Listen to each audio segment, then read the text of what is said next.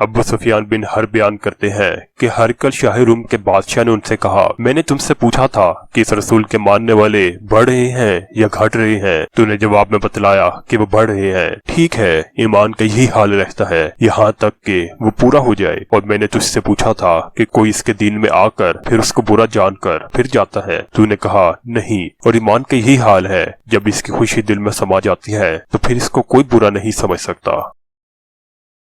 نعمان بن بشیر رضی اللہ عنہ نے آن حضرت صلی اللہ علیہ وآلہ وسلم سے سنا، آپ صلی اللہ علیہ وآلہ وسلم فرماتے تھے، حلال کھلا ہوا ہے اور حرام بھی کھلا ہوا ہے، اور ان دونوں چیزوں کے درمیان بعض چیزیں شبہ کی ہیں جن کو بہت لوگ نہیں جانتے کہ حلال ہے یا حرام۔ پھر جو کوئی شبہ کی چیزوں سے بھی بچ گیا اس نے اپنے دین اور عزت کو بچا لیا، اور جو کوئی ان شبہ کی چیزوں پر پڑ گیا اس کی مثال اس چرواہی کی ہے جو شاہی محفوظ چراگاہ کے آس پاس اپنے جانوروں کو چرائے۔ وہ قریب ہے کہ کبھی اس چراگاہ کے اندر گھس جائے اور شاہی مجرم قرار پائے۔ سن لو، ہر بادشاہ کی ایک چراگاہ ہوتی ہے، اللہ کی چراگاہ اس کی زمین پر حرام چیزیں ہیں، بس ان سے بچو۔ اور سن لو، بدن میں ایک گوشت کا ٹکڑا ہے، جب وہ درست ہوگا سارا بدن درست ہوگا، اور جہاں بگڑا سارا بدن بگڑ گیا۔ سن لو، وہ ٹکڑا آدمی کا دل ہے۔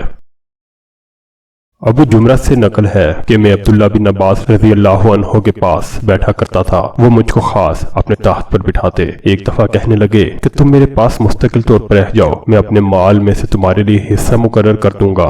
تو میں 2 ماہ تک ان کی خدمت میں رہ گیا۔ پھر کہنے لگے کہ عبدالقیس کا وفد جب آن حضرت صلی اللہ علیہ وآلہ وسلم کے پاس آیا تو آپ نے پوچھا کہ یہ کون سی قوم کے لوگ ہیں یا یہ وفد کہاں کا ہے؟ انہوں نے کہا کہ ربیہ خاندان کے لوگ ہیں۔ آپ صلی اللہ علیہ وآلہ وسلم نے فرمایا، مرحبا اس قوم کو یا اس وفد کو، نہ ذلیل ہونے والے نہ شرمندہ ہونے والے، یعنی ان کا آنا بہت خوب ہے۔ وہ کہنے لگے، اللہ کے رسول، ہم آپ کی خدمت میں صرف ان حرمت والے مہینوں میں آ سکتے ہیں کیونکہ ہمارے اور آپ کے درمیان مضر کے کافروں کا قبیلہ آباد ہے، بس آپ ہم کو ایک ایسی قطعی بات بتلا دیجئے جس کی خبر ہم اپنے پچھلے لوگوں کو بھی کر دیں جو یہاں نہیں آئے، اور اس پر عمل درآمد کر کے ہم جنت میں داخل ہو جائیں۔ اور انہوں نے آپ سے اپنے برتنوں کے بارے میں بھی پوچھا۔ آپ صلی اللہ علیہ وآلہ وسلم نے ان کو 4 باتوں کا حکم دیا اور 4 قسم کے برتنوں کو استعمال میں لانے سے منع فرمایا۔ ان کو حکم دیا کہ ایک اکیلے خدا پر ایمان لاؤ۔ پھر آپ صلی اللہ علیہ وآلہ وسلم نے پوچھا کہ جانتے ہو